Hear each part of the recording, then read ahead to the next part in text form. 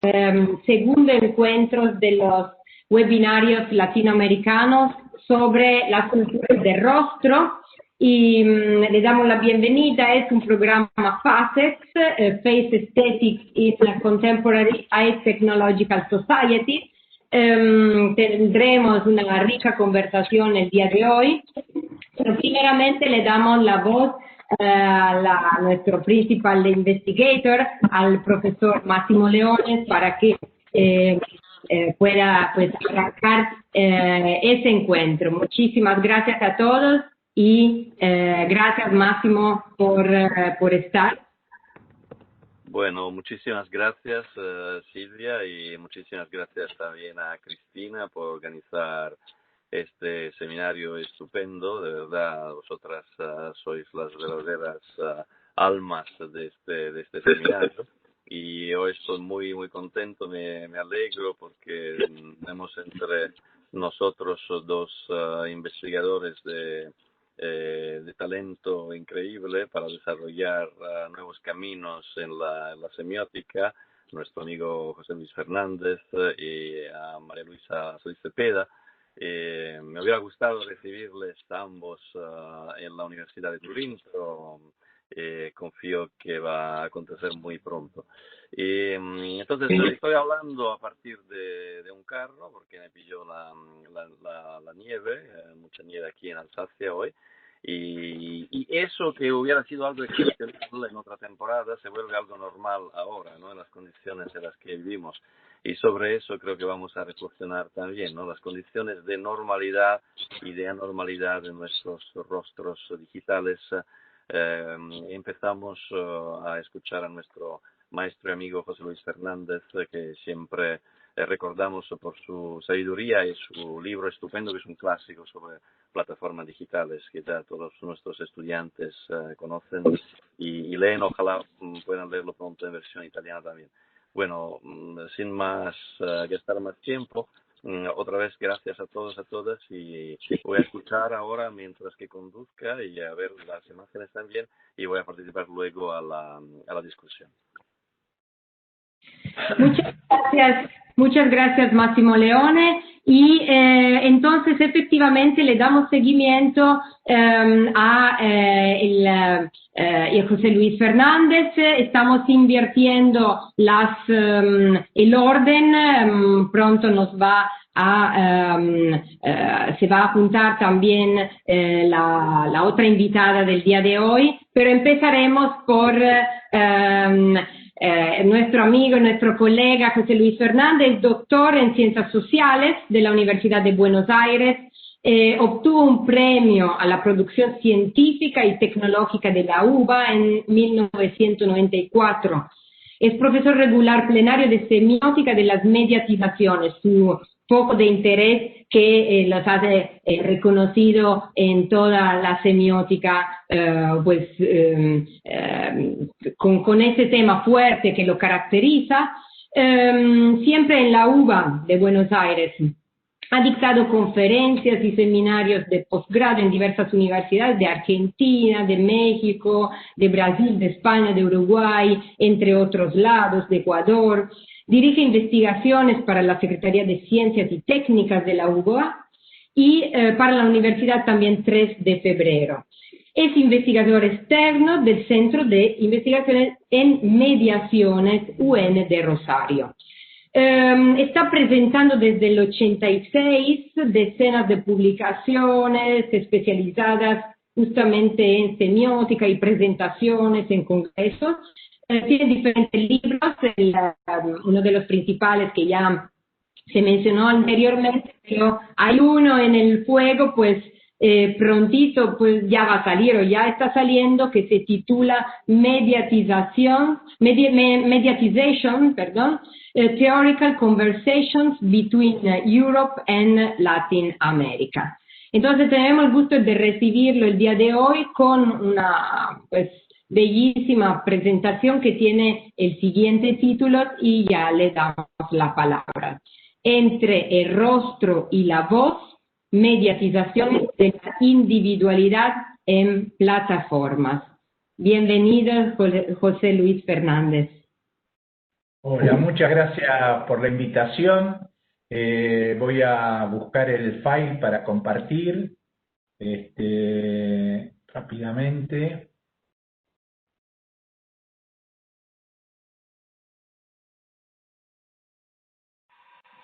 Bien, esta presentación que se titula así, Entre el rostro y la voz, mediatizaciones de la individualidad en plataformas, es el libro que mencionó Silvia, que coedito con diversos autores y lo coeditamos con Carlos Escolar y Mon Rodríguez, y otro libro que está por salir en marzo, para que vean que esto está en mi tema, se llama Vidas mediáticas entre lo masivo y lo individual.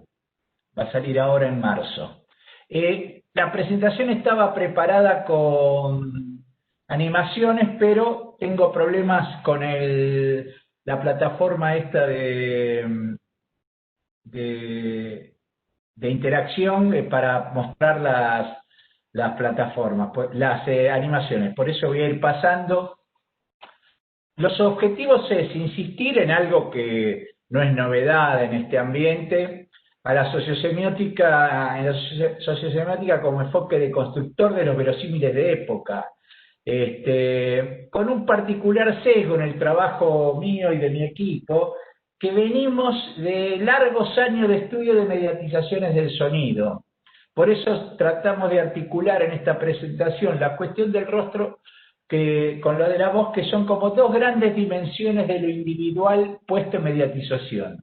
Vamos a introducir solo un pequeño grupo de problemas que creemos que pueden ser útiles para el webinar y para la publicación posterior, para establecer conversaciones con los otros colegas, y vamos a estar todavía lejos de las conclusiones, pero tratando de evitar confusiones, que me parece que suelen ser habituales cuando se tratan cuestiones corporales. Nos vamos a ver como entre dos extremos. Por un lado, algo que insisto mucho a mi equipo y en mis seminarios, con estos temas que están sobre las nuevas identidades, autopercepciones, subjetividades en las mediatizaciones, siempre pongo esta especie de anatema de Lévi-Strauss en su discusión en el pensamiento salvaje con Sartre, advirtiendo sobre el riesgo de entregarse a las evidencias del yo, que desde allí no se puede salir luego de la trampa de la identidad personal. Es un enunciado evidentemente pre-postmoderno de Lévi-Strauss, y que yo, que tengo un cierto sesgo estructuralista, sigo teniendo, me gusta tener presente todo el tiempo. Ahora, como cualquier definición macro, así como esta de Lévi-Strauss, o muy extensa, ocurren cosas como que a mí me parece que si no le prestamos atención a esta cuestión, la individualidad termina desbordándolos, pero tampoco vamos a enfrentar los problemas de la época solo con manifestaciones macro de este tipo. Por eso, como el otro extremo de trabajo, es lo que ha escrito en la revista nuestra, Letra, Imagen, Sonido, Máximo, y entre otros trabajos que ha tratado sobre el tema, y que también tuvo que ver con una presentación que dio en nuestra cátedra, que generó discusiones muy interesantes, muy productivas para nosotros. Toda esa interacción es muy recordada, y esta presentación espero que sea continuidad de ese trabajo. Y en ese escrito, que se presenta muy humildemente, Máximo, y con un toque referencial, rápidamente empieza a aparecer diferenciaciones de tipos o fenómenos vinculados a la selfie. Entonces aclara que no es lo mismo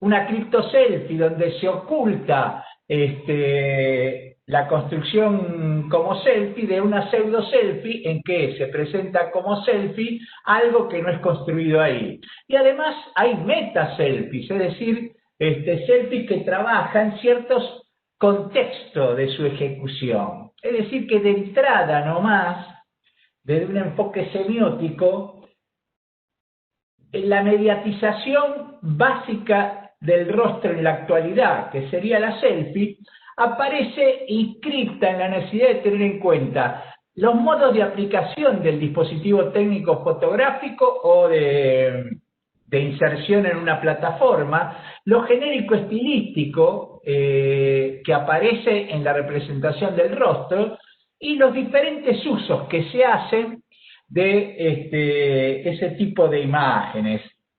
Es decir, aún sin ponernos de acuerdo en marcos teóricos específicos, si bien seguramente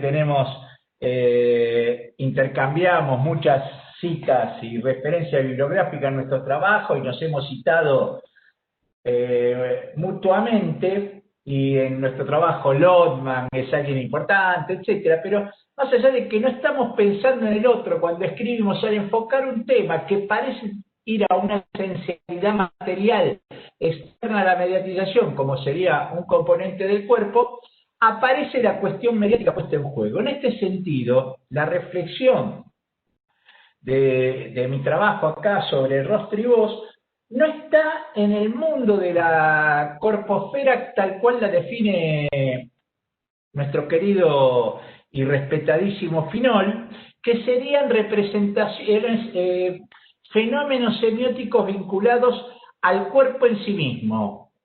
Exagerando, van a ver que en el curso de la exposición se va a ver que en las mediatizaciones nunca se ve un rostro y nunca se escucha una voz. Siempre pasa algo más. En ese sentido, vamos a recorrer brevemente el estado actual del mundo de las mediatizaciones, donde aparece una diferenciación entre el broadcasting, que estando enfocado en lo masivo, nunca excluyó lo interindividual del teléfono, tanto como su uso en red como su uso relacionado con los medios masivos, a este momento que denominamos de posterior al broadcasting, en donde hay hibridaciones, donde rostros y voces alcanzan, aún de desconocidos, pueden alcanzar a través de viralizaciones, circulaciones masivas.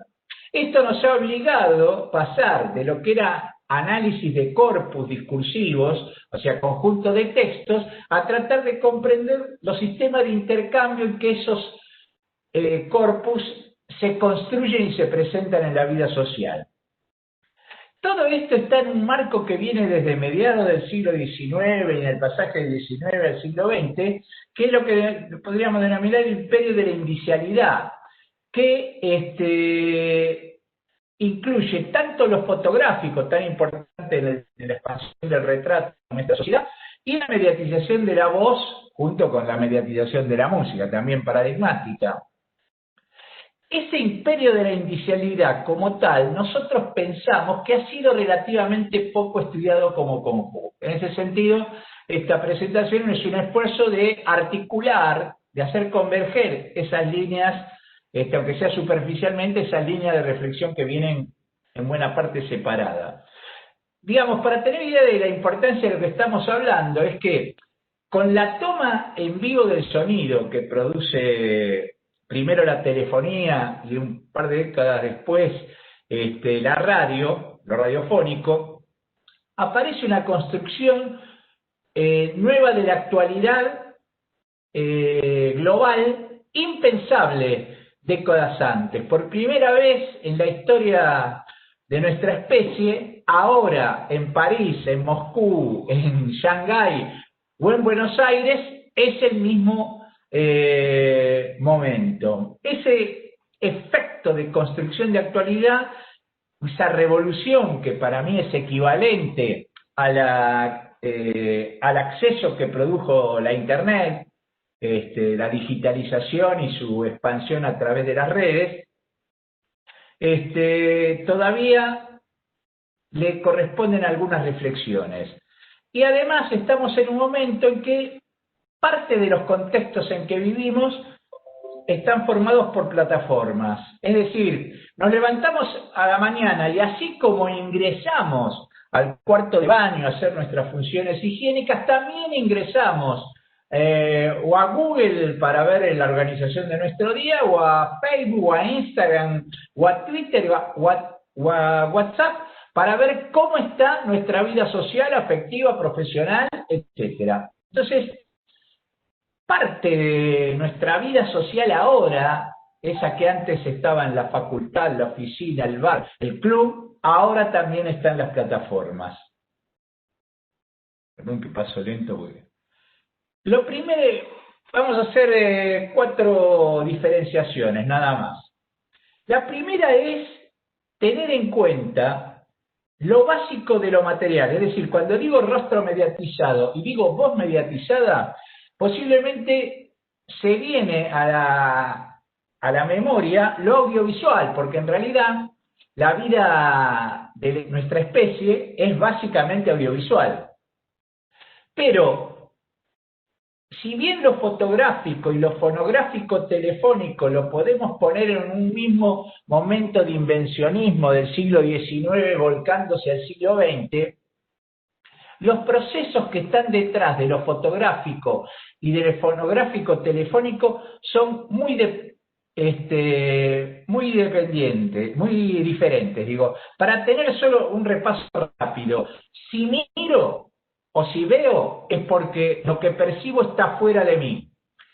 Si escucho, aunque no vea la fuente, dentro mío tengo la recepción. Es decir, esa posición exterior-interioridad es muy importante, que la audiovisualidad la confunde mediatizada, pero que en nuestra vida continúa teniendo importancia la mediatización del audio. Ese efecto, la fotografía o la imagen más tridimensional que pueda acceder de un cuerpo o de un rostro, no va a impedir ver que no estoy frente a un rostro. En cambio, dejando de lado los problemas de distorsión, cuando percibo una voz, no es una representación de la voz, es la voz que tengo dentro del oído con la mayor parte de sus características,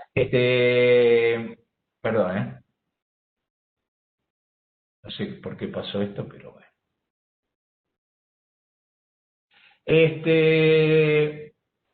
Entonces, cuando yo aíslo un rostro de su cuerpo, estoy haciendo una abstracción de tipo genérico-estilística. En cambio, cuando escucho una voz, la abstracción está realizada en términos técnicos. No dependo del rostro del cuerpo para yo tener acceso a la voz, y está mediatizada. Esto es importante, la oposición exterioridad a interioridad en lo íntimo, para cuestiones amorosas o afectivas.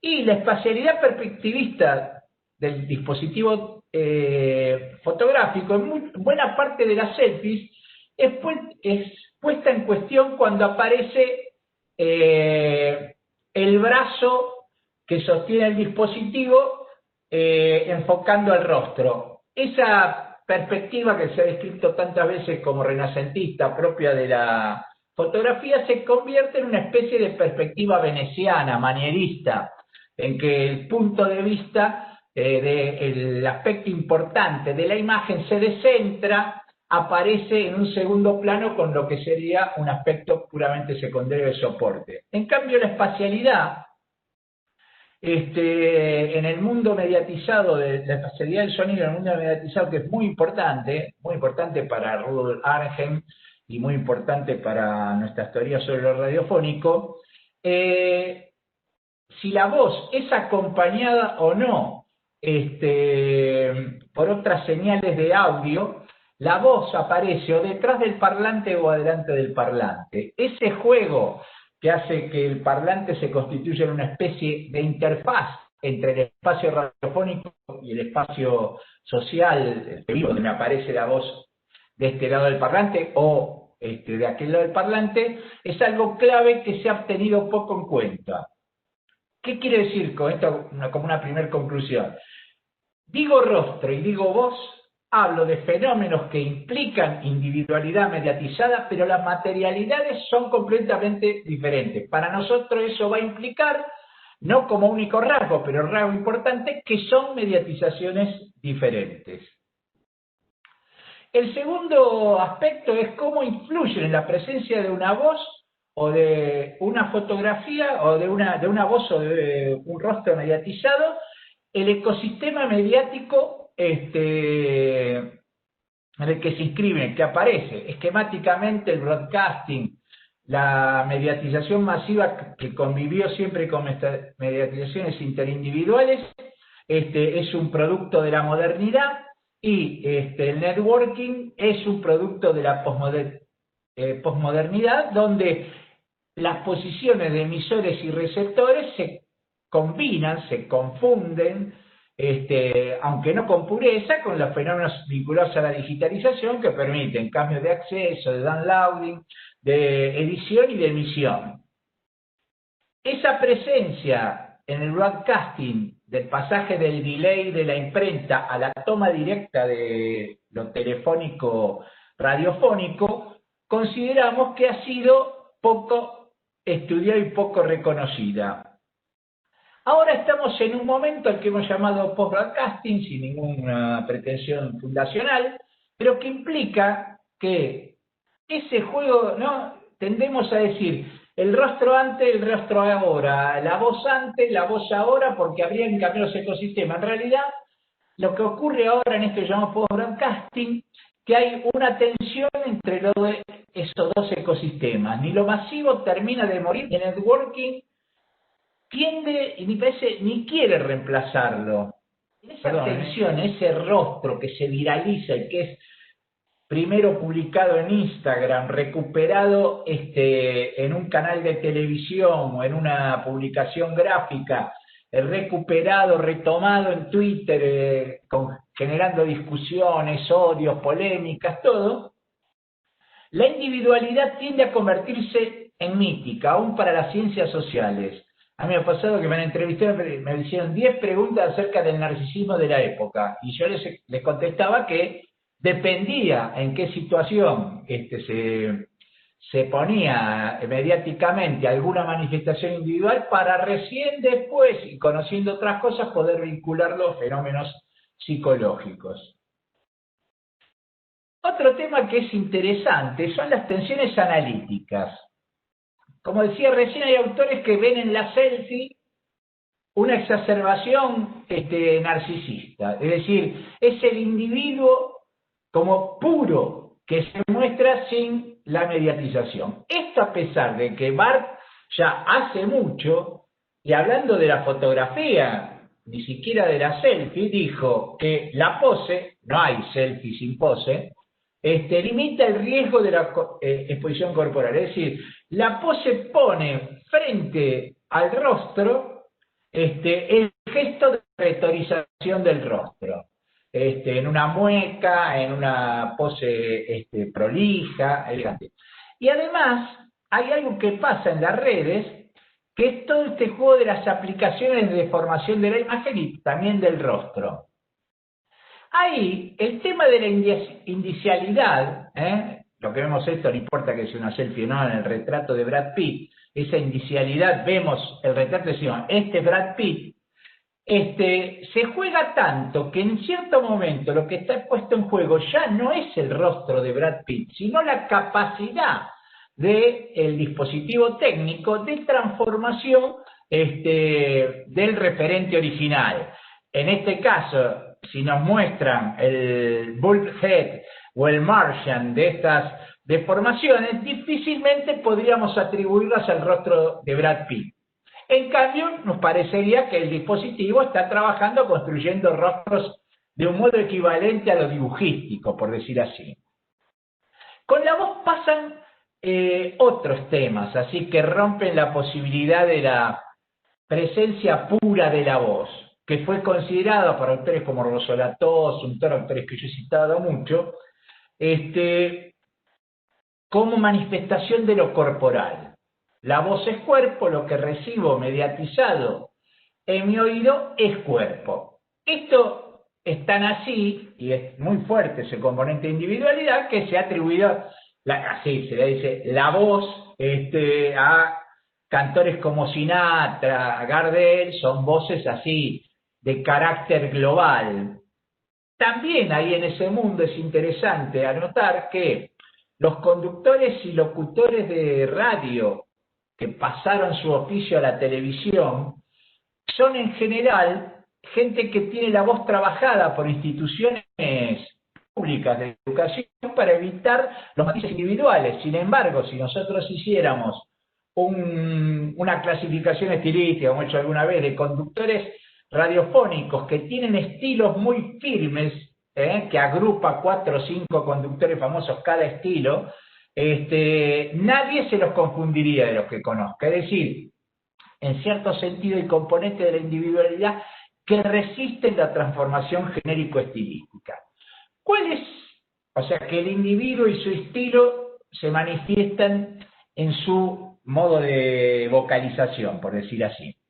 El ejemplo que mostraba acá era un ejemplo del expresidente Macri, muy caricaturizado, y un imitador. Es muy interesante porque si escuchan ese fragmento, después seguramente lo compartiremos en alguna otra plataforma, para alguien que no conozca demasiado, esos fragmentos impiden reconocer cuál es el personaje real y cuál es el imitador. Ahora, ¿por qué dice ese cuadro la imitación como límite y sus limitaciones? Porque para poder yo mostrar el caso de este imitador, que cuando lo escucho en una mediatización me parece que imita perfectamente a los personajes que imita, para poder mostrar en un caso el efecto de confusión, tuve que seleccionar y editar distintos fragmentos hasta encontrar algo donde la voz de Macri actuara de un modo más bien así grotesco para que se pareciera al modo grotesco que recuperaba el imitador de su referente. Quiere decir que ahí toda mediatización sobre la voz, a mí me parece que no sobre el rostro funciona diferente, encuentra una dificultad para ocultar la individualidad de un modo especial de lo que propone lo fotográfico. Pasamos al siguiente. Por favor, Silvia. Bien, este es un caso así que sinceramente lo registré para esta presentación y que me parece, como siempre que uno compara diferenciando sonido e imagen, me parece de una profundidad digna de una investigación específica. Todo lo que tiene que ver con, estamos en una de las rasgos de la época, la inteligencia artificial, y todas las cosas que se van a hacer gracias a los modos que tengamos de interactuar, las distintas interfaces que se van a generar con los artefactos que nos rodean y con el Estado, las instituciones. En términos generales, una diferencia que me pareció muy indicativa, una preocupación está vinculada a los detectores de rostro. Primero porque nos van a poder ubicar en cualquier lugar por los detectores de rostro, y eso genera, todavía no están bien ajustados, entonces se ha detenido a sospechosos como criminales cuando en realidad solo tenía un rostro parecido, pero eso es un problema para mí, digamos, meterse en eso es para un seminario, digamos, ¿no? Pero, por ejemplo, no es solo el efecto paranoide tan de época que a todos nos van a encontrar por culpa de la individualidad de nuestro rostro, en donde estemos, sino que, como en el caso en este ejemplo, me pareció muy interesante, se denuncia a un detector de rostro porque no detecta a alguien que tiene otro color de piel, ¿no? Entonces ahí se exige que el detector de rostro registre a todas, si va a registrar, que registre a todas las corporeidades, a todas las rostificaciones posibles. Pero siempre en estas plataformas el rostro es pura pasividad. Lo único que puedo hacer para evitar que el rostro me sea detectado es enmascararme. Ahora, es muy interesante este tema, por eso decía lo mítico de la cuestión de la individualidad. Agamben, un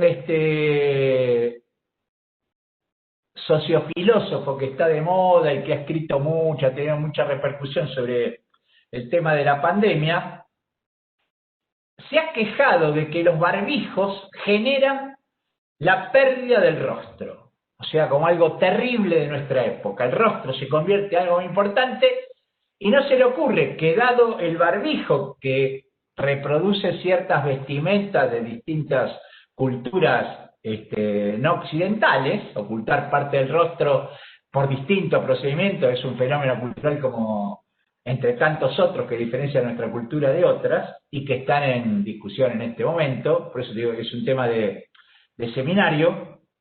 No se le ocurre pensar en el enriquecimiento que tiene la mirada, tan valorado para otras cosas. Es decir, en esta vida que tenemos con barbijo, la expresividad de nuestra mirada, con sus sutilezas, sus matices, es algo que seguramente va a cambiar las interacciones en el cara a cara y que llegará a las mediatizaciones como nuevo campo de reflexión. Estoy medio atrasado, pero ya termino. En cambio, todo el mundo del mando de la voz del mundo de las plataformas de voz está vinculado al mando. No, se sueña un mundo donde todos andaríamos por la sociedad ordenándole cosas a distintos gadgets o plataformas con las que estamos relacionadas. Es algo muy impresionante porque en mi smartphone constantemente me ofrece que pruebe cuando doy una orden táctil o por touching, me ofrece, ¿por qué no probás decir, llama por teléfono a tal? Me parece muy interesante esto de que mientras la mediatización del rostro se presenta como pasividad, la mediatización de la voz se presenta como actividad. Las mediatizaciones van hacia el rostro, pero se pide que la voz vaya hacia las mediatizaciones. Me parece una diferencia inadvertida de lo que no se registra su dimensión ni su origen claramente. Pasamos al último cuadro y termino. Tópicos de intercambio, no digo que sean conclusiones. En la mediatización del rostro y de la voz no son ellos los que aparecen, sino su posición en cada sistema de intercambio discursivo. Parafraseando a Metz, uno diría en las mediatizaciones, nadie vio un rostro, nadie escuchó una voz. Sin embargo, son en parte, como todo fenómeno de mediatización, en parte único. Cada evento, cada intercambio es único y es, si, como decía Barthes, si es parafraseando Barthes, si fuera el mismo, si todos los rasgos del intercambio están presentes en otro intercambio, es que no es otro intercambio, es el mismo. Y en parte son sistemáticos, a pesar de esa componente de unicidad. De todos modos, en toda esta reflexión hay residuos de individualidad que aparecen todo el tiempo, producto de los dispositivos técnicos indiciales, pero todo lo que se aparece como transparente parece que en buena parte puede ser vuelto a la vida de la semiosis social o de la semiosfera. Para mí, el estudio en convergencia de rostro y voz puede ser iluminador. ¿Seguiremos estudiando estos temas de modo independiente? Hasta ahora eso ha sido el destino de la mediatización del sonido. Yo, como estudioso de la mediatización del sonido, tenía un circuito donde vivía. Al pasar a las plataformas de sonido y plataformas de lo musical, pude cambiar el circuito porque ahí aparece vinculado con lo audiovisual, las selfies aparecen como tema de la representación de los músicos, etc. Y para terminar, yo pienso que los estudios etnográficos y psicológicos de los que estamos rodeados sobre la presencia y los usos de la individualidad y sus derivados como las nuevas subjetividades, autopercepciones, nuevas identidades, con un enfoque de este tipo convergente, solo podrían verse beneficiados. No hay manera de que dificulten los estudios, todo lo contrario, puede enriquecerlos. Bueno, nada más, agradezco muchísimo y disculpen si me extendí, bueno, hubo también problemas de dispositivo. Muchísimas gracias, José Luis Fernández. Sí, por pequeñas cuestiones técnicas nos atrasamos un poquito, pero tu presentación fue iluminante y gracias por compartir esos estudios que llevas años adelantando y profundizando. Entonces abrimos a preguntas, consideraciones, vemos que en los chats ya hay algunas, pueden levantar la mano si les damos voz y también pueden, si prefieren, escribirnos aquí. Entonces, tenemos Fernando Andach y le damos voz. Bienvenido, Fernando.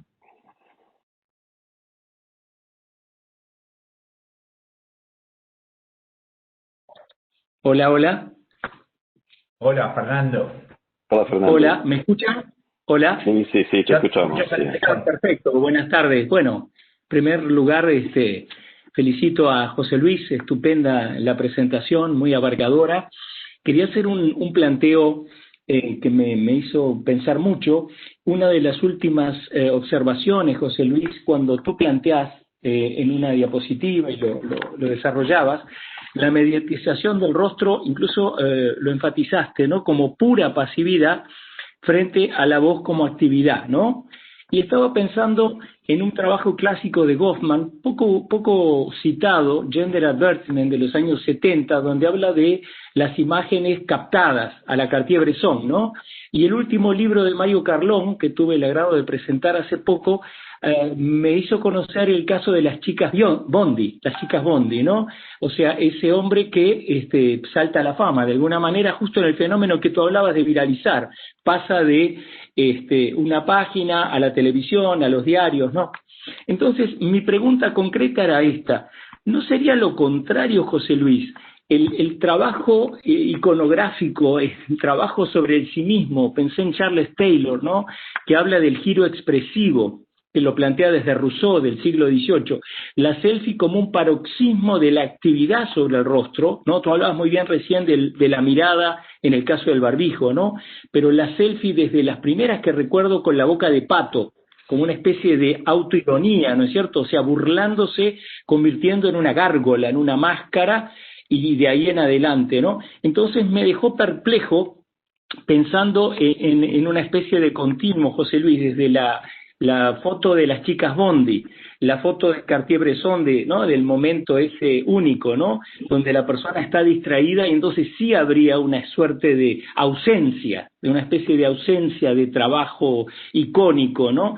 Yo diría lo contrario, que la mediatización del rostro, y está muy bien lo que decís, nunca hay un rostro, nunca hay una voz, porque hay un trabajo muy intenso, un barroco, tú hablabas de manierismo, que me gustó mucho, ¿no? En el rostro, pero no entiendo bien eso de la pasividad, porque yo lo vería como lo opuesto, como un paroxismo de actividad sobre el sí mismo, sobre esa identidad para trabajar la individualidad que también explicaste. Era eso, y de nuevo felicitaciones. Muy buena presentación. Gracias.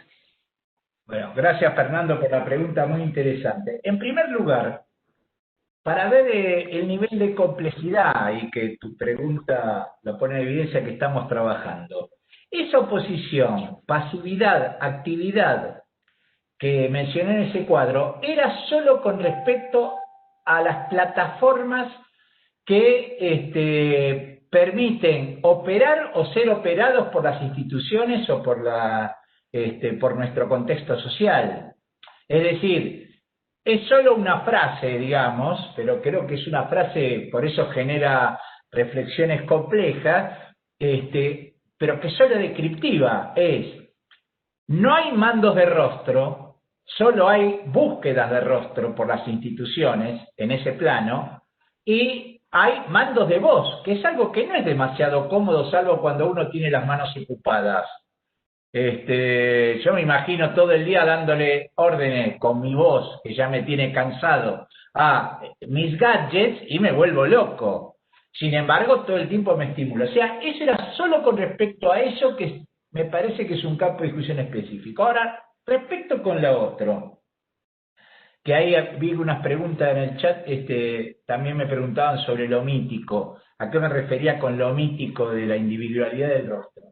Por ejemplo, no sé cómo relacionaste con lo expresivo el caso de Chicas Bondi, que es un caso en la que el rostro tuvo tal nivel de pasividad, la captura de la plataforma, el modo de hacer circular la plataforma esas capturas de rostros en el colectivo, en el transporte público, hasta generó problemas legales. Es decir, ¿por qué? Porque el individuo quiere publicar su rostro y sueña que maneja los circuitos en los que circulan sus plataformas. Otro componente mítico de la individualidad. Yo subo mi rostro a mi muro de Facebook o de Instagram y con eso va a pasar lo que yo quiero que pase. De ninguna manera va a ocurrir eso. Y esas consecuencias van a ser positivas o negativas para el emisor. Y con respecto, el caso de Cartier-Bresson para mí también confirma que si vos tenés una cara y estás en un lugar haciendo nada, haciendo distracción de vida social, alguien te captura con la cámara y te convierte en una fotografía hasta de exposición en un museo. Ahí me parece, o no entiendo, o me parece que justamente esos son casos que confirman, que no era mi idea en la presentación esta, pero que confirman esa posición pasiva del rostro mediatizado frente a, mientras mantengamos el mundo de las plataformas de mandos de voz, la voz tendría una actividad equivalente a lo táctil. Es verdad, lo que se parece a esa captura pasiva es cuando se pasan audios privados al campo público. Ahí la voz es capturada y convertida en un objeto de observación en sentido amplio, por supuesto, para circuitos para los que no estaba conformada. ¿Se entiende? Hay un montón de temas relacionados. Pero el caso de Chicas Bondi y el caso de Cartier-Bresson me parece que son casos de lo más fuerte de la mediatización del rostro. En esos casos es la pasividad del fotografiado. Muchísimas gracias, José Luis. Le seguimos. Ya respondiste a la pregunta de Carmen Galán sobre la mitigación y damos la palabra a Máximo Leone, el cual luego tendrá que cerrar la sesión. Máximo.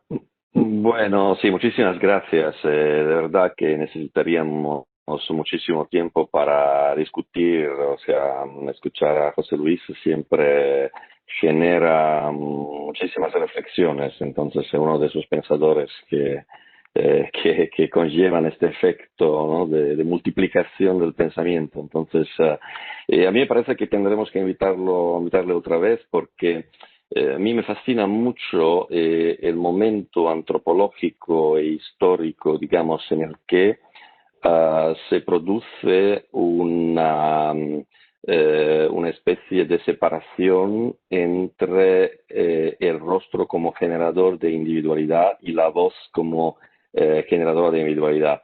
Un caso muy importante en el siglo XX es el playback, ¿no? El playback es seguramente uno de estos fenómenos sobre que me gustaría mucho discutir más contigo, José Luis, porque son momentos muy importantes. Se podría hacer una prehistoria, ¿no?, con la ventriloquía, con todos estos fenómenos en los que la voz se separa del rostro y especialmente de la boca. Y me parece que estos fenómenos se están multiplicando y al mismo tiempo se está simulando un regreso numérico digital a la sincronización de estos dispositivos. Entonces, de verdad, es solo una pista que hemos abierto hoy y me parece absolutamente fascinante y entonces no puedo que estar muy agradecido. Y lo siento mucho si teníamos muchas preguntas hoy, tenemos que pasar a la charla siguiente, pero muchísimas gracias de verdad, nos has abierto la mente. Yo agradezco, agradezco la oportunidad y las preguntas y la conversación que seguramente seguirá y ahora seguiremos escuchando a otros colegas. Vale, muchísimas gracias. Damos entonces lugar a la última pregunta de Emiliano Vargas para luego seguir con la presentación de nuestra segunda panelista. Bueno, voy a leer la pregunta. José Luis, desde tu punto de vista, hablar de la mediatización de la individualidad implica negar o relegar a un segundo plano la función sociosemiótica de los sujetos como nodo de pasaje de sentido histórico. Es muy específica. Sí, sí.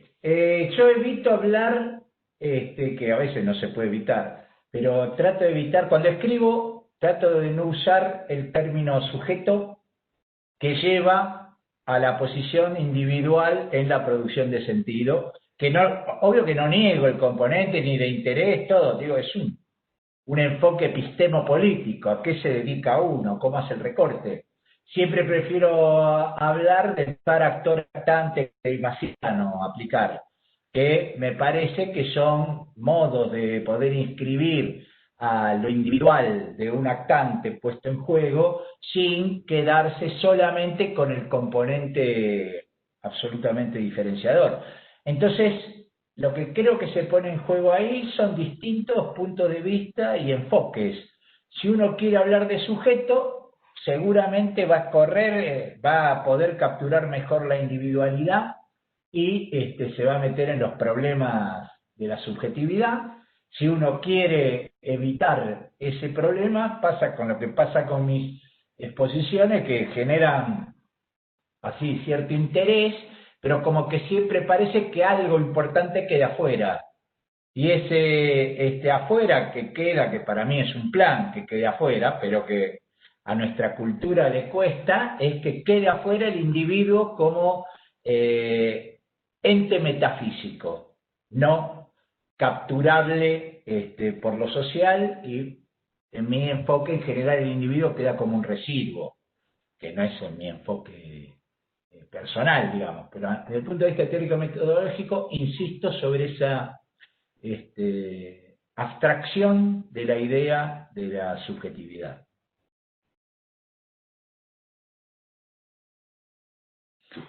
Muy bien, entonces, José Luis, muchísimas gracias por parte pues, de todo el equipo y de los participantes. Es un gusto haberte recibido con nosotros. Quedamos aquí y tú también quédate en conexión y damos la palabra y la bienvenida a María Luisa Solís Cepeda, la cual es investigadora y coordinadora del programa de semiótica de la Universidad Autónoma de Puebla, México. Es profesora en la Escuela de Artes Plásticas y Audiovisuales de la misma universidad y miembro del Sistema Nacional de Investigadores. Es doctora en Ciencias del Lenguaje y especializada en semiótica. Entonces, bienvenida María Luisa, y su presentación tiene el título de Estereotipos raciales y clasismo en las redes sociales en el México contemporáneo. Bueno, muchísimas gracias. ¿Me escuchan bien? Sí. Sí, te vemos y aconsejamos a los pues otros participantes, ya cerramos la voz y el video para que la pantalla sea toda tuya. Bienvenida. Muy bien, muchas gracias. Bueno, espero verme y por lo menos oírme bien porque hubo muchos problemas de conectividad.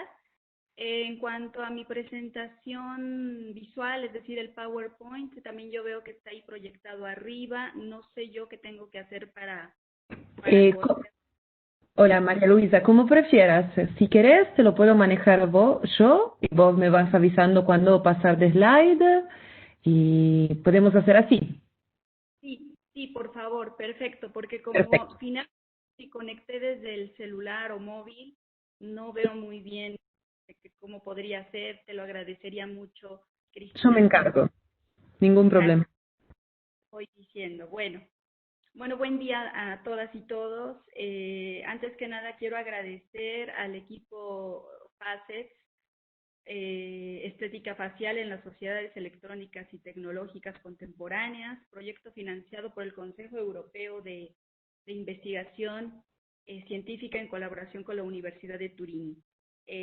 Por supuesto, quiero agradecer especialmente a quien encabeza este proyecto, que es Massimo Leone, y muy especialmente también a Silvia Barbotto y Cristina Botto, no solamente que han organizado esta serie de pláticas, sino que han estado muy al pendiente de nuestros requerimientos, de nuestras necesidades. Muchas gracias a ambas por organizar este tema de culturas del rostro. Bueno, quisiera comenzar mi participación con una anécdota personal que pone en evidencia una problemática que para mí nunca había sido tan explícita y que tiene que ver con la lectura e interpretación que hacemos de un rostro. Y en el caso que nos ocupará, no solo del englobante cabeza y sus englobados cejas, ojos, nariz, boca y mentón, de la relación proporcional entre las partes, el carácter o la expresión pasional, sino de la significación del color de piel. Hace algunos años, un estilista kurdo, mientras me miraba atentamente para decidir qué haría con mi cabello, me dijo que yo era un claro ejemplo de mestizaje. Cabello, frente, nariz y boca europea, según él, y cráneo, cejas y ojos indígenas, piel con tonos rojizos y amarillentos. Yo me quedé sorprendida y un poco ofendida ante semejante generalización racial, cuando para mí era evidente que esos rasgos únicos de mi rostro eran de mi madre y de mi padre, que expresaban mi carácter heredado y en ellos estaban presentes las marcas tanto de una historia y un temperamento como de alegrías y penas. Siguiente imagen, por favor.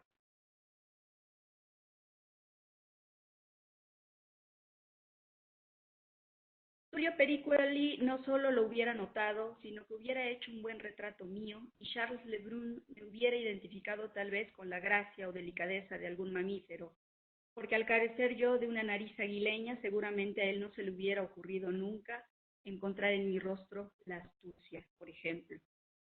Cabe aclarar que aquel estilista del que les estoy hablando sabía de mi nacionalidad y que todo ese discurso tal vez era parte de su estrategia seductora ante una posible cliente. Sin embargo, aquel incidente se sumó a otros en los que me identificaban como peruana o colombiana.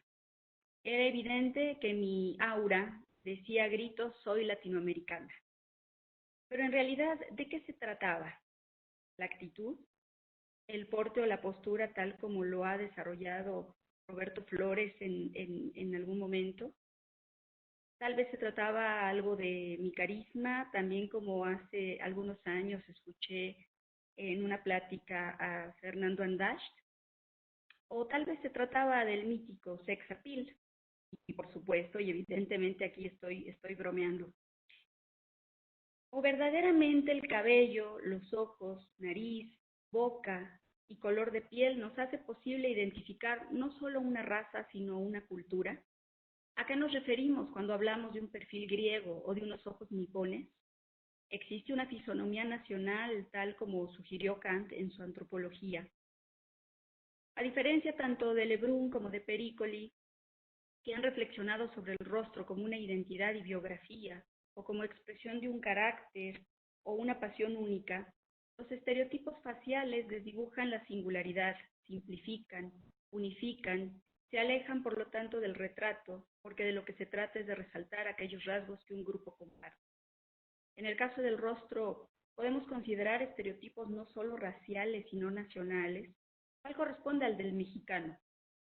Más allá de la caricatura del sombrerudo dormido debajo de un cactus, podemos hablar de un rostro típicamente mexicano. ¿Nos darían alguna respuesta a los estudios sobre el genoma del mexicano que han arrojado como uno de sus resultados nada menos y nada más que la obvia presencia de un mestizaje? La hipótesis de la que parto es que en los rostros estereotipo del mexicano se desdibujan obviamente las especificidades, esas que presentan una identidad personal, e incluso las generalidades, como las facciones compartidas por el grupo, para ser protagonista al tono del color de piel. Es decir, en términos semióticos, Se desdibujan los actores en sus especificidades, se borran las categorías eidéticas y topológicas para enfocar el cromatismo. Notarán en este punto, ¿no?, mi filiación a una determinada corriente semiótica. Bueno, ahora bien, en los últimos años, en las redes sociales, y sobra decir que a partir de y para un segmento de sus usuarios, los más jóvenes, ha surgido una serie de imágenes que presentan de forma humorística la tensión entre dos estereotipos raciales en México, los cuales evidentemente se diferencian no solo por el color de piel, sino también por ciertos gestos, formas de hablar, y finalmente significar el mundo, lo cual desde una semiótica contemporánea bien puede considerarse como formas de vida. En esta polarización, un primer grupo es el de la clase social más privilegiada gracias a un nivel adquisitivo alto. En el otro extremo está la clase menos privilegiada y un nivel adquisitivo bajo.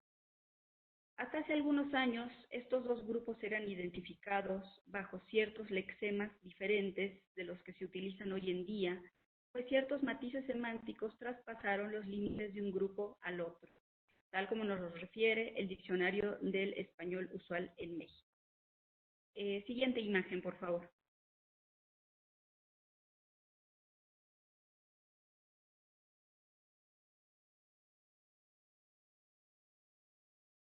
Así han surgido otros apelativos, uno de ellos es el de whitexican, anglicismo compuesto que significa mexicano blanco, que por supuesto alude a esa esfera sociocultural privilegiada de la que hemos hablado arriba.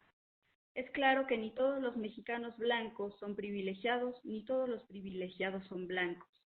Se trata evidentemente de una generalización. Sin embargo, la palabra compuesta ya nos marca la diferencia. No se trata de cualquier mexicano blanco, sino de aquel que utiliza vocabulario en inglés y así marca uno de sus privilegios, el de la educación. Según algunas definiciones, el whitexican es clasista y racista, y esto se deja ver en cómo se refiere a aquellos que no comparten su estatus social y color de piel, así como en actos de condescendencia. Bueno, ahí yo les voy a presentar lo que pueden ver ahí en las diapositivas, es justamente estas páginas de Facebook, algunos videos, algunas otras páginas donde circula este término de whitexican. La siguiente, por favor. Podemos encontrar en videos de estos whitexicans hablando de su vida cotidiana, a la que es vista por los otros, los no whitexicans, como una ostentación banal de sus privilegios, digna de reproche y burla. De un lado podemos encontrar la condescendencia y del otro la burla y la desconfianza que se manifiesta en ciertos gestos. La siguiente, por favor. En la imagen que vamos a ver a continuación, bueno, ahí podemos ver que hay dos gestos, no solamente corporales, sino también faciales, que expresan por un lado la condescendencia del lado de la mujer blanca o denominada whitexican, y del lado de la otra persona que está ahí detrás, que no comparte ese círculo y que tiene un gesto un poco de desconfianza. Y bueno, por supuesto que estas significaciones y valoraciones son relativas y dependen del lugar desde donde son emitidas. Tenemos entonces una categoría con sus términos opuestos, piel blanca, piel oscura, y si consideramos los intervalos de un extremo a otro, obtenemos distintos tonos de piel. Siguiente imagen, por favor. Estos distintos tonos de piel se relacionan con la pertenencia a una clase social, el desempeño de alguna profesión, la adhesión a algún partido político, incluso con preferencias deportivas y estéticas. Es decir, hay todo un pantone, ¿no?, de tonos de piel, del blanco al más oscuro, y que son asociadas generalmente con estos diferentes, por ejemplo, aquí lo vemos, partidos políticos o marcas de ropa. Esta gradación bien podríamos reformularla y complejizarla, por supuesto, desde la semiótica atensiva de Claude Silverberg. Así, los rostros ya no son singularidades, se polarizan y se relacionan inmediatamente con una clase social y una forma de vida, y se significan una a la otra como negativas. Un ejemplo de esto lo podemos observar en un canal de YouTube llamado Backdoor, siguiente imagen por favor, donde se analizan o donde supuestamente se analizan con humor situaciones cotidianas.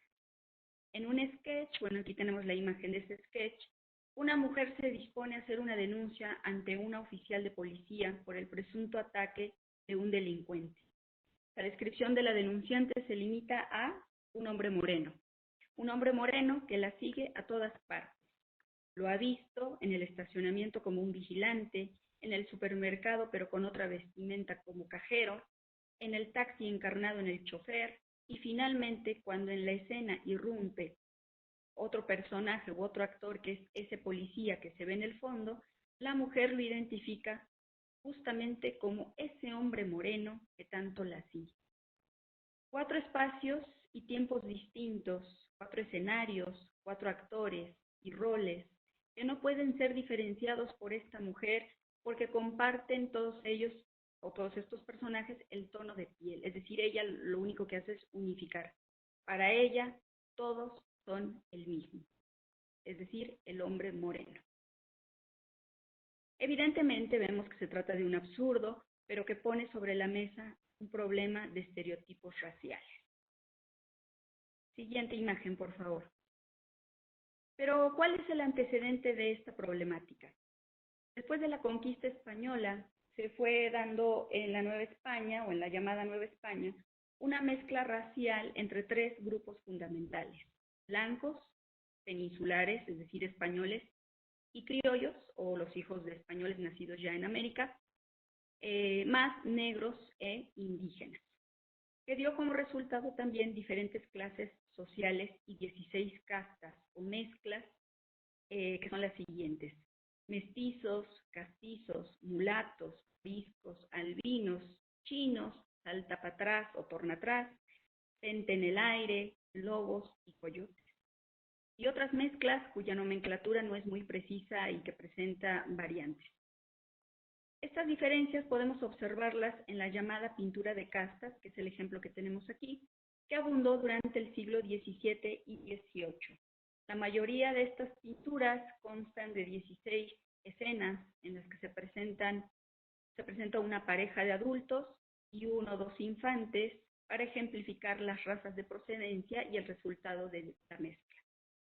También se acompañan estos actores con símbolos, vestimentas o atributos que designan su cultura y su estrato social, a veces en escenas realistas o costumbristas. Estas pinturas tenían como objetivo mostrar, cito, la calidad de las personas que habitaban las ciudades más importantes de la Nueva España, es decir, Ciudad de México y Puebla, por lo pronto. Quienes poseían los mayores privilegios eran los blancos españoles. Sus hijos criollos nacidos en América tenían privilegios relativos, siendo el racial el más importante. Los mestizos, palabra que designó a cualquier mezcla durante el siglo anterior, es decir, durante el siglo XVI, los mestizos aparecen en estas pinturas como la mezcla de español e indígena exclusivamente. Ellos, como las otras mezclas, es decir, todas, tanto los mestizos como las otras mezclas raciales, eran considerados como ilegítimos y no podían acceder a posiciones de poder o de gran prestigio. Los indígenas poseían las mayores desventajas sociales por las labores y tributos que realizaban a la corona, pero conservaban algunos privilegios que habían heredado de sus antepasados nobles, por ejemplo, los señores tlaxcaltecas o los grandes caciques. La historiadora Ilona Katsev considera la pintura de castas como el medio visual de construcción de la identidad racial y social en la Nueva España.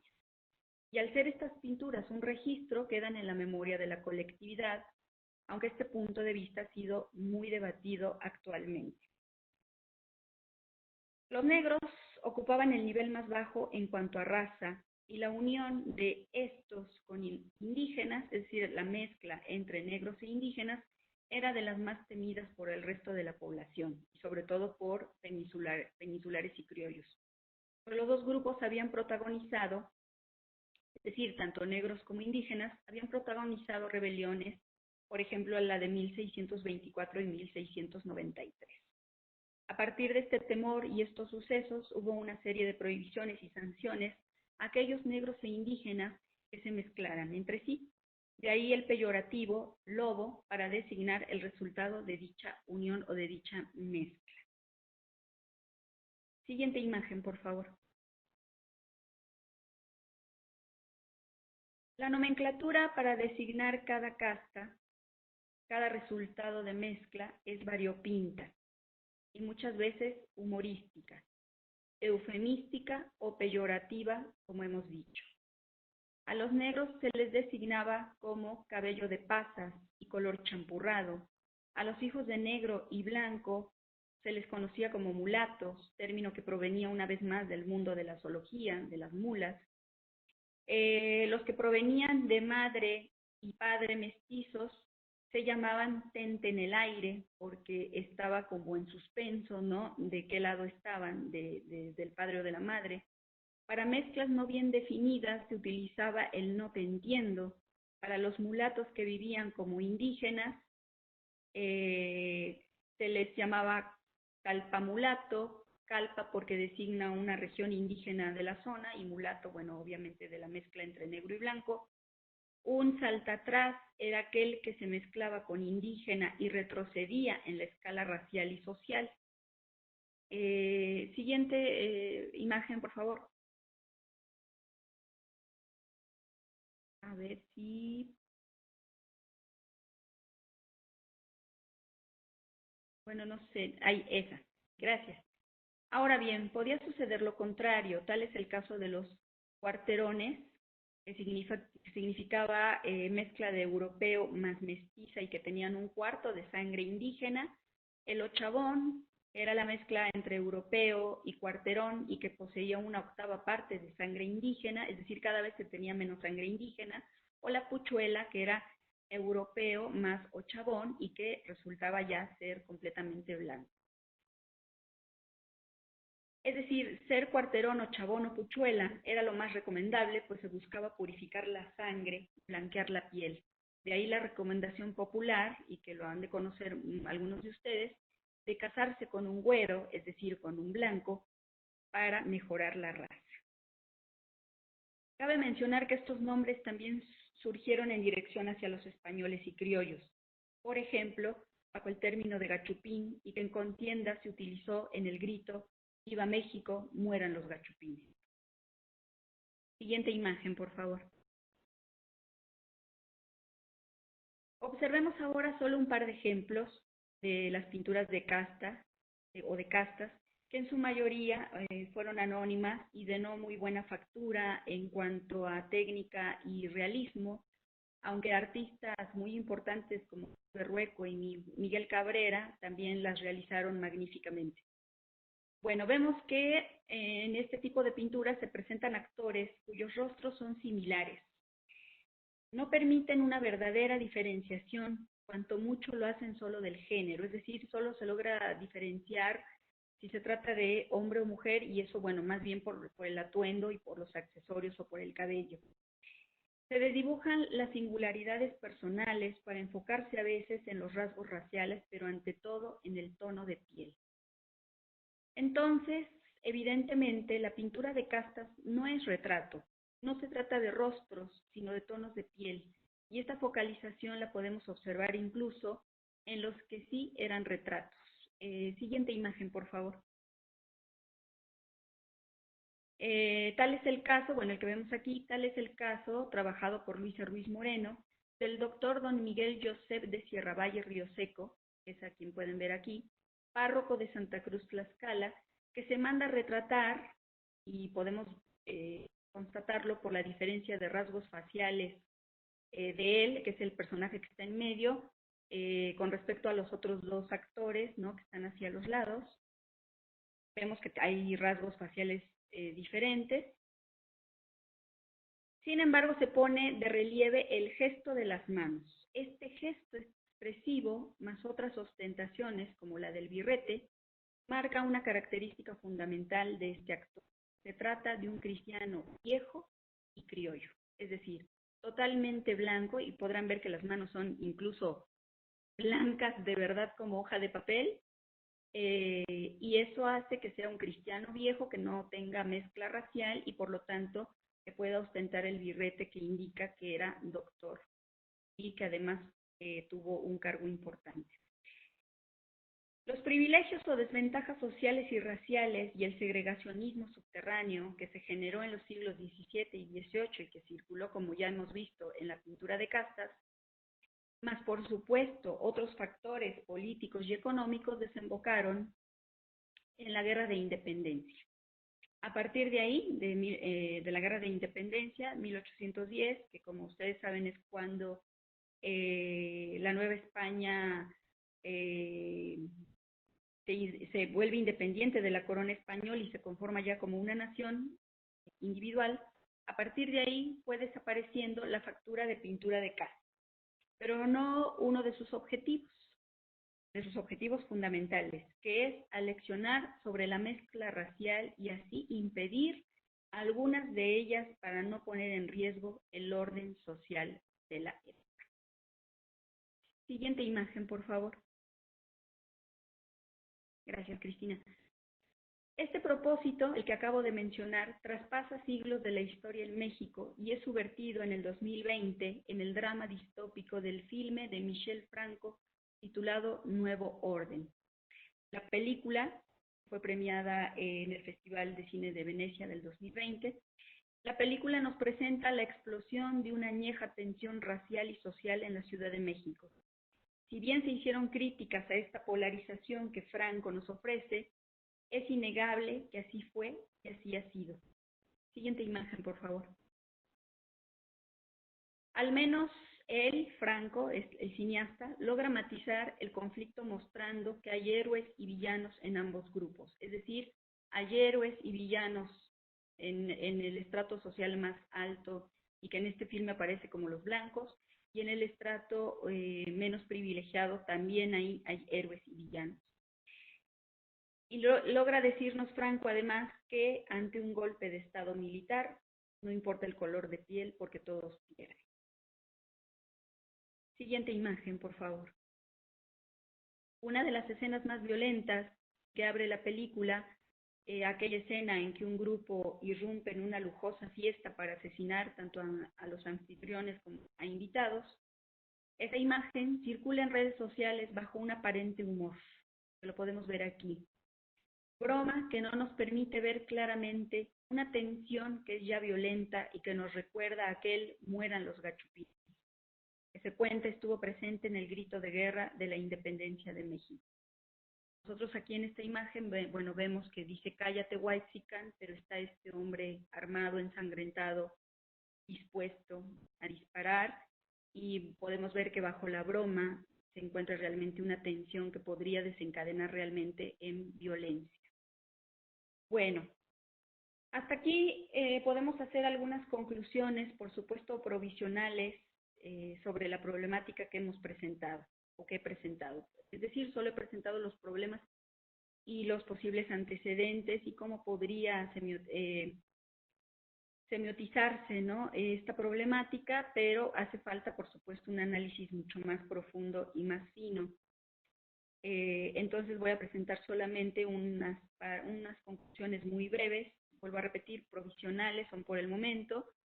Y la primera es que el humor que circula en redes sociales sobre la relación color de piel, posición social y los términos utilizados, ¿no?, como el de Whitezican y otros, algunos incluso muy ingeniosos pero claramente peyorativos, guarda similitud con algunas sátiras del siglo XVII y XVIII que presentaban el tenso ambiente racial entre las castas y el resentimiento y temor que se daba de unas a otras.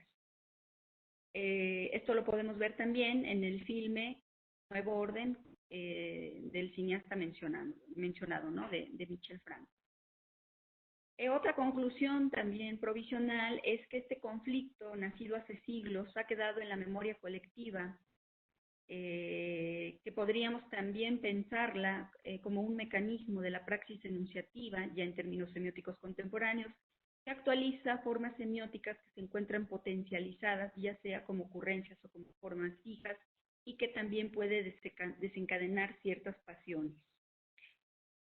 Y otra conclusión más, Al desdibujarse el rostro individual, sus elementos eidéticos y topológicos, la diferencia e identidad se da solo por el color y tono de piel.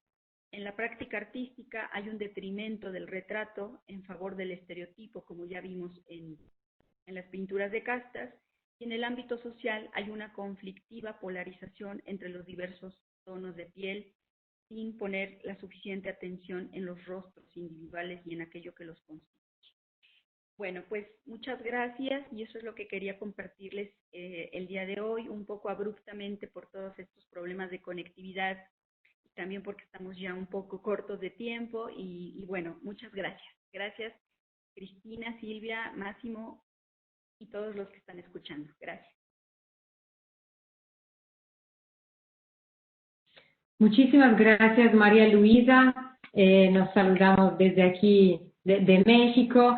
Gracias por tu presentación que nos aclaras algunos puntos fundamentales todavía en esa contemporaneidad del país que habitamos. Abriríamos entonces algunas preguntas. Estamos siempre un poco abriéndonos a unos minutos extras en comparación a lo que planeamos, y justamente disculpándonos también de algunas cuestiones técnicas que todavía nos ponen así muy atentos, pero con algunas pequeñas dificultades. Hay preguntas, una pregunta por parte de Carmen Galán. ¿Quieres leerla o la podemos leer nosotros? Sí. Entonces, adelante. Muy interesante reflexión. ¿Cómo conectar la nueva normalidad con la blanquitud? A propósito de Bolívar Echeverría. ¿Cómo conectar, perdón? En la actualidad... No, perdón, espera que ahora salta otra pregunta. ¿Cómo conectar la nueva normalidad con la blanquitud? A propósito de Bolívar Echeverría, igual podemos darle la palabra a Carmen Galán, porque la pregunta viene de ella, por si quiere explicar un poco más su cuestionamiento. Carmen. Hola, ¿qué tal? Pues en realidad es una pregunta de pensar este nuevo escenario, este nuevo orden, con las reflexiones que hace Bolívar Echeverría en torno a la blanquitud y que pues han ampliado también el problema de la negritud. Es eso. Bueno, me parece que ese problema, bueno, hay que pensarlo, yo creo que hay que pensarlo muy detenidamente, porque es algo grave, es algo, como yo mostraba, a veces subterráneamente, ¿no? Circula en la cultura, es tomado un poco como broma, como sátira, pero en el fondo es un problema real, peligroso, preocupante también. Lo que tú decías es este afán, ¿no?, que circuló durante estos siglos y que permea los diferentes sucesos históricos, ¿no? El de independencia y el de revolución, el de la Revolución Mexicana también estuvo impregnado de esta problemática de los tonos de piel, y este afán que hemos tenido en la cultura mexicana justamente de blanquear la piel, ¿no? Como tú decías, hay toda esta corriente de blanquear la piel, sobre todo, obvio, ¿no? De indígenas y negros, que era un valor aspiracional. Yo creo que sigue siendo un valor aspiracional. Y que justamente hoy en día con este uso, ¿no?, ya en pandemia, el cubrebocas, bueno, de la que nos tenemos que ir, ya sea con el cubrebocas o la careta, se desdibuja aún más, ¿no? Porque en el rostro, incluso, bueno, en nuestro caso, en México, pues entonces ya el tono de piel ya ni se ve tampoco, ¿no? Y tampoco las especificidades propias de cada rostro, que es finalmente lo que nos identifica. Entonces se desdibuja el rostro aún más, me parece. Pero sí creo muy necesario pensar esto de blanquear la raza, blanquear la sangre, como tú bien decías, en este siglo, ¿no?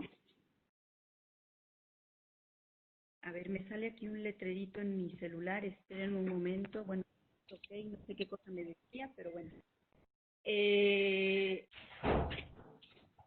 Y es curioso porque si nosotros hiciéramos un estudio semántico de los términos que se utilizaron en esta época y en esta, bien para referir a los diferentes tonos de piel o a los diferentes procesos de blanqueamiento, purificación de la piel, yo creo que podríamos encontrar un muy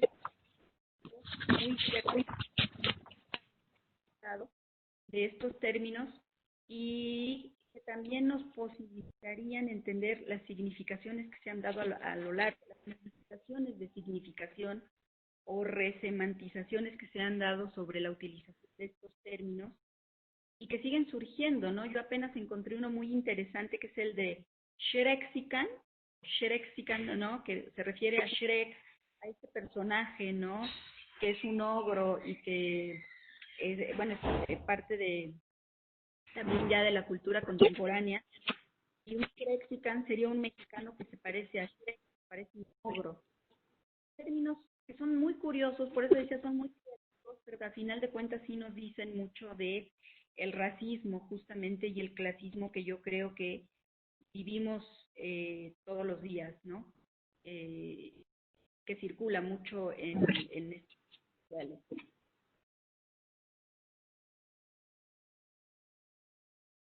Muchas gracias, María Luisa. Vemos si hay alguna otra consideración o pregunta.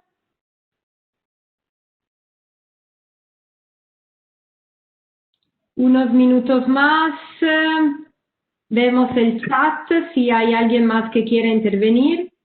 Yo tengo una pregunta, que es un poco una reflexión a compartir, más bien porque mientras escuchaba tu presentación, María Luisa, un poco también pensaba en la de José Luis, ¿no? Justamente, y pensaba en como los procesos de mediatización de la individualidad y cómo pueden pasar a través del rostro.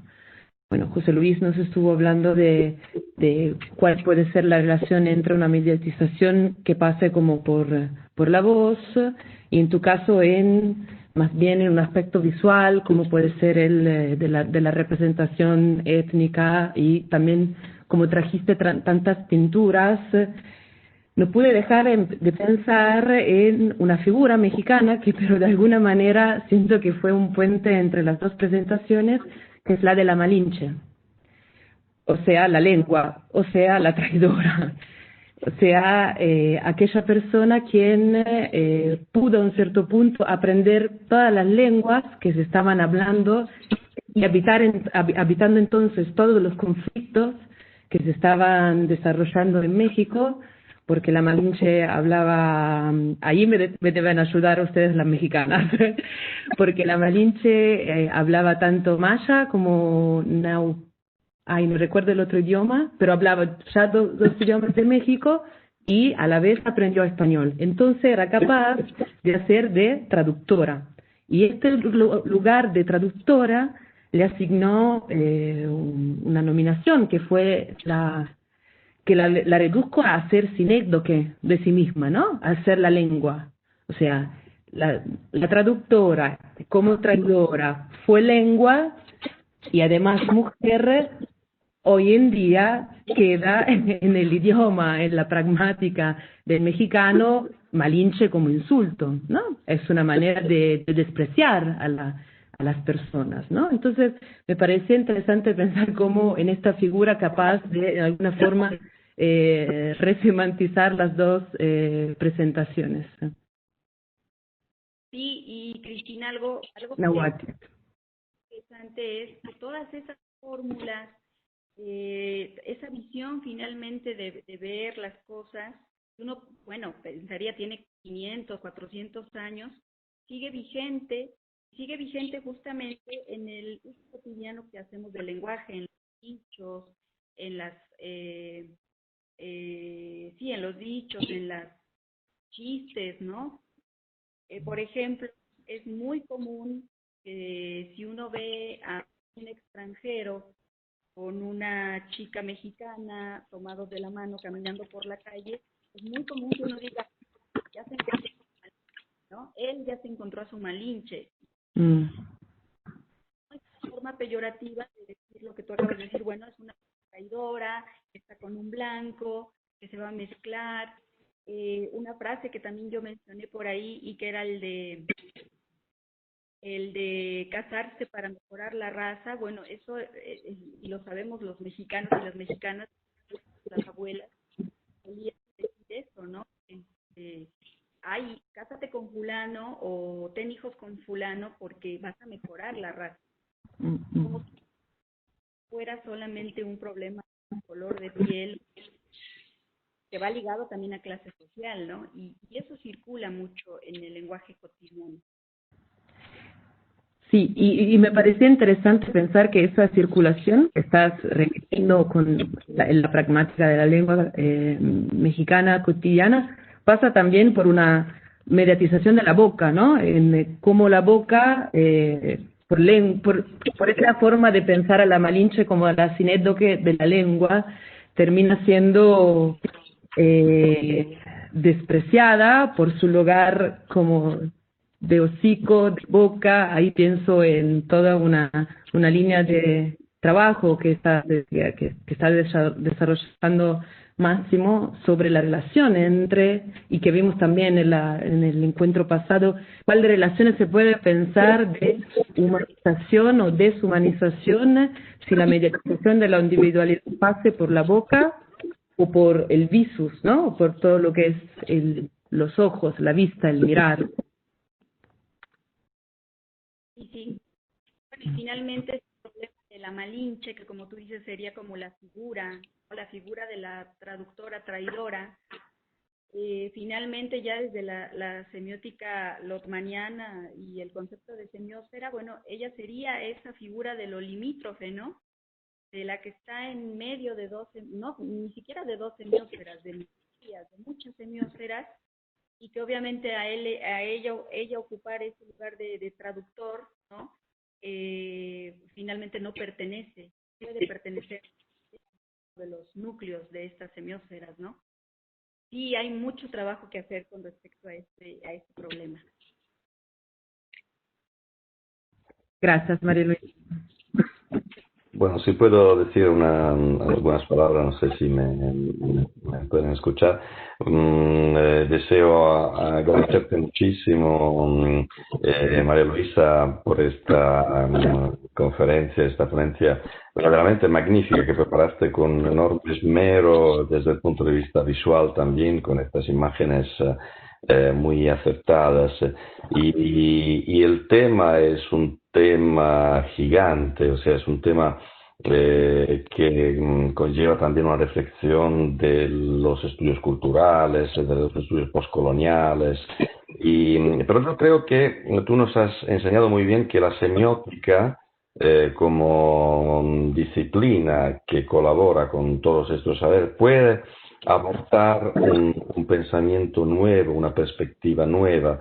Yo, por ejemplo, me pregunto y nos pregunto si no sería el caso de pensar en el pigmento, en la pigmentocracia, en la pigmentología, desde un punto de vista propiamente estructural. O sea, sabemos que en el tratado de semiótica visual, de signo visual, de nuestro amigo Jean-Marie Klinkenberg, que va a estar con nosotros en Turín este año, no se habla más únicamente y sencillamente de colores, de pigmentos, sino de cromemas, o sea, de las partículas, ¿no?, que componen los efectos cromáticos, que no simplemente consisten en una tinta, sino también en un nivel de luminosidad y en un nivel de saturación. Entonces, yo creo que habría que complexificar también el análisis de las pinturas, por ejemplo, que tú nos has enseñado, para hacer ver que hay una relación muy interesante entre la tinta, lo blanco, pero también la aparición de la luz, el nivel de saturación. Entonces, como semióticos quizás podríamos complexificar más este análisis que a veces se queda en unas dialécticas muy brutales, ¿no? De lo negro, lo blanco, lo oscuro, lo claro, ¿no? Podríamos hacer ver que en realidad hay muchas manifestaciones más complejas e incluso más subrepticias, ¿no?, más ambiguas. Y eso sería interesante también en el ámbito del mundo digital, ¿no? Nosotros sabemos todos que cuando utilizamos nuestros emojis, podemos elegir entre colores digitales, digamos, de nuestra piel proyectada en el mundo digital, pero sabemos también que, por ejemplo, el nivel 0 de la comunicación visual por emojis es una especie de amarillo, ¿no? Que es bastante raro, se ha escrito sobre esto. Entonces, bueno, no puedo que felicitarte, María Luisa, y espero, de verdad, que leer también un texto que desarrolle esta conferencia en el volumen que vamos a publicar, que Silvia y Cristina van a publicar a partir del seminario. Muchísimas gracias a ti y también a José Luis Fernández por las charlas. Creo que han sido magníficas, nos dejan con muchísimas preguntas y esto es lo bueno, creo. Gracias. Muchas gracias entonces por parte de Massimo Leone, de Cristina Voto, del team de Facets. Agradecemos por lo tanto a los dos panelistas, María Luisa y José Luis Fernández. Les estamos poniendo en chat donde podrán encontrar las grabaciones en nuestro canal YouTube, Facets ERC. De semanas en semanas vamos editando y cargando y mejorando cada vez más todos esos detalles. También recordarles que esas acciones son parte de nuestro segundo año de investigación, cuyo acrónimo es SHIFT, que quiere decir, lo estamos pues viendo en los detalles con esas participaciones, es Socio-Cultural Habits and Inflections of Faces across Time and Spaces. Entonces, pues son ejemplos clarísimos de lo que puede ser todo el contenido, lejos de ser dicotómico y pues binario, más bien complejo y articulado de ese tipo de investigaciones. También les queremos recordar, pues nuestra cita es cada lunes hasta final de febrero. El 25 de enero vamos a tener nuestro querido José Enrique Pinol de Venezuela y Marita Soto de Argentina. También vemos que estamos contando con presencias de luminares en los participantes. Tenemos Claudio Guerri, tenemos diferentes de los panelistas que seguirán y todos son bienvenidos, alumnos, participantes, interesados, interesadas. Si alguien quiere todavía decir algo. Quería agradecer mucho la intervención, muy interesante también la presentación de María Luisa. Lamento que el tiempo no permita interactuar todo lo necesario, lo agradezco a ustedes muy especialmente y bueno, seguimos en contacto, pienso seguir participando como oyente en las otras intervenciones. Muchos saludos entonces, muchas gracias a todos y todas, buena semana y nos vemos el lunes que viene. Gracias Silvia, abrazo a todos. Abrazos.